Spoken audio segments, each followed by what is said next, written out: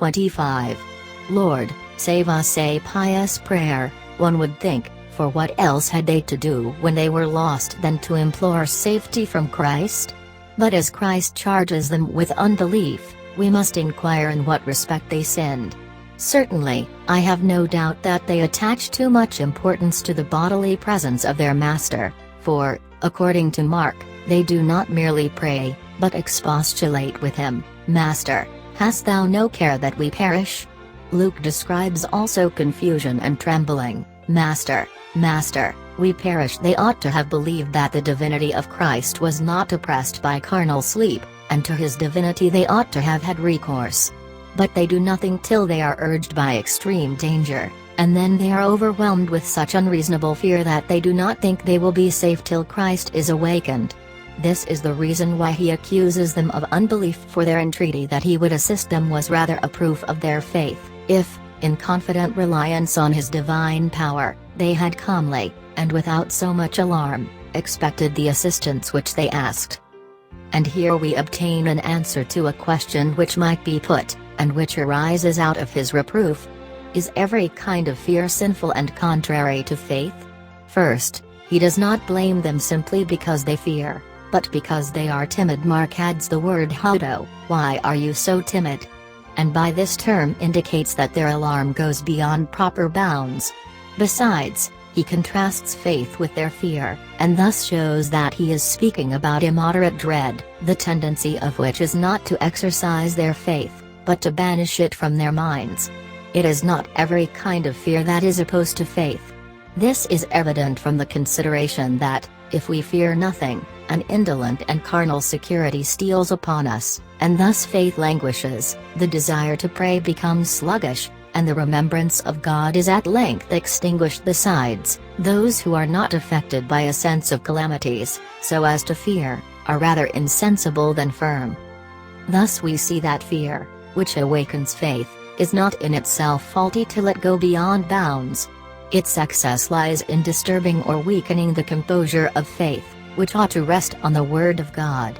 But as it never happens that believers exercise such restraint on themselves as to keep their faith from being injured, their fear is almost always attended by sin. Yet we ought to be aware that it is not every kind of fear which indicates a want of faith, but only that dread which disturbs the peace of the conscience in such a manner that it does not rest on the promise of God. 26. He rebuked the winds. Mark relates also the words of Christ, by which, addressing the sea, he enjoined silence, Siapa, that is, stillness. Not that the lake had any perception, but to show that the power of his voice reached the elements, which were devoid of feeling. And not only the sea and the winds, which are without feeling, but wicked men also, with all their obstinacy, obey the commands of God. For when God is pleased to allay the tumults of war, he does not always soften the fierce minds of men, and mold them to obedience, but even while their rage continues, makes the arms to drop from their hands, and thus is fulfilled that declaration. He maketh wars to cease to the ends of the earth, he breaketh the bow, and cutteth the spear in pieces, and burneth the chariots in the fire. Psalm 46 hours 10 minutes. 27. But the men wondered. Mark and Luke appear to say this in reference to the apostles, for, after having stated that Christ reproved them, they add that they cried out with fear, Who is this? It applies, however, more properly to others, who had not yet known Christ. Whether we take the one or the other of these views, the result of the miracle appears in the display of the glory of Christ. If anyone shall suppose that it is the apostles who speak, the meaning of the words will be, that his divine power was sufficiently proved by the fact that the wind and the sea obey him. But as it is more probable that these words were spoken by others, the evangelists show that the miracle made such an impression on their minds, as to produce a certain reverence for Christ which prepared them for believing on him. Matthew 8:28. Two demoniacs met him. Commentators have been led into the error of separating Matthew's narrative from that of the others by this single difference, that he mentions two, while the others mention but one. There is probability in the conjecture of Augustine, who thinks that there were two, but accounts for not more than one being mentioned here by saying that this one was more generally known, and that the aggravation of his disease made the miracle performed on him the more remarkable.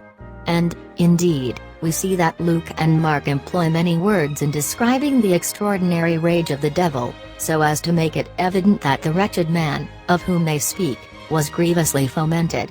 The circumstance of their holding up to commendation one singular instance of Christ's divine power is not inconsistent with the narrative of Matthew, in which another, though less known man, is also mentioned. Luke 8:26. There met him a certain man out of the city. It is uncertain whether Luke means that he was a citizen of Gadara, or that he came out of it to meet Christ.